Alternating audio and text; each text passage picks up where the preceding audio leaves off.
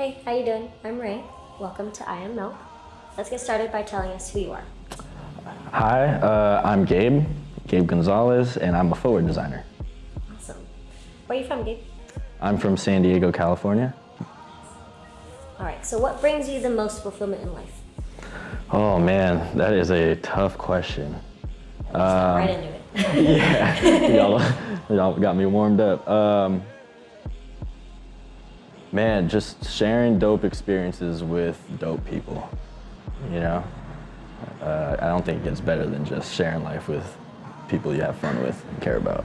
Yeah, that's what life is. We don't know when it's gonna end. Yeah, And cherish you might it. as well just share the beauty of it with the people that you love. Absolutely. Awesome. So what are the challenges that you face as a footwear designer? Oh man, specifically making the shoes is expensive. It's an expensive hobby. But as all creatives, I think creative block, times where, creativity flows a little bit more than others, times where you're lacking inspiration or motivation and just trying to find the balance and still have fun with it, even if it is kind of sometimes feeling like a job for you. Yeah. It's been tough for me. Makes complete sense. If it was easy, then everyone would do it. Exactly. As creatives in this world, it's a little bit harder for us to kind of feel like everything that you're doing all the time is right because Sure. you went against the grain of like a lot of other people, like corporate world, whatever.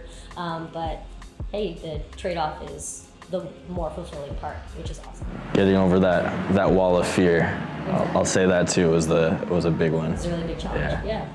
So, as a footwear designer, what's your favorite sneaker of all time? Oh, I'm terrible with favorites. I'm terrible with favorites because they change all the time. But I have a few like sentimental pairs of shoes to me. One I don't even know the name of. It's a pair of Nike Flights that I wore back in 6th grade. I wore it when I was a full size down from what I am now, and I wore it so long that the shit just expanded with my foot.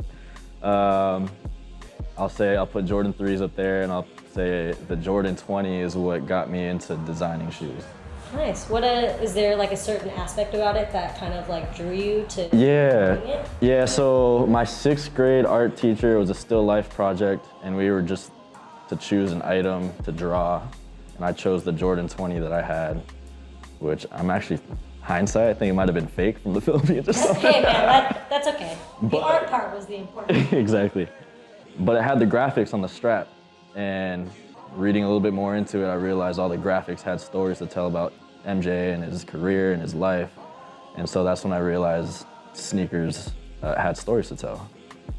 That's super cool. So you said what, in 6th grade, right? So when did you first start actually like footwear designing? When I came to terms with my basketball career ending, like any athlete growing up who takes it seriously and competitively, you're so tunnel vision on what you're doing. So I got to college, played a couple seasons, got injured, and it was then that I really realized that somebody got paid to design shoes after looking into Tinker Hatfield. And at the time, his story was very relatable to mine. He was an architect who got into the shoe space, was a collegiate athlete, and I was studying architecture at the time too. Wow. So the stars kind of aligned there, and it kind of clicked. So. Yep. Always listen to the signs. Yeah. So you said basketball career. So when did you first start playing the game of basketball? Was it when you were younger too? Yeah, 5 years old. I was on my first team at 5, but ever since I could remember, I was playing. Filipino. First game you ever learned how to play outside. Exactly. Fell in love real early. That's awesome. Yeah, and I mean, shoes, basketball, even architecture and art, like all of those things, even like coordinate somehow. And it's awesome that like you followed the signs, even if it was a little harder to be where you are now. Which is really cool.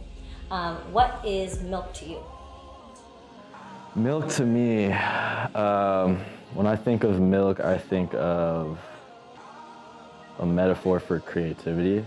I think of soaking in your surroundings, your inspirations, your experiences, and channeling that through your creative medium, whatever that is, right? It's living your life and then producing the work that you want to see in the world, essentially.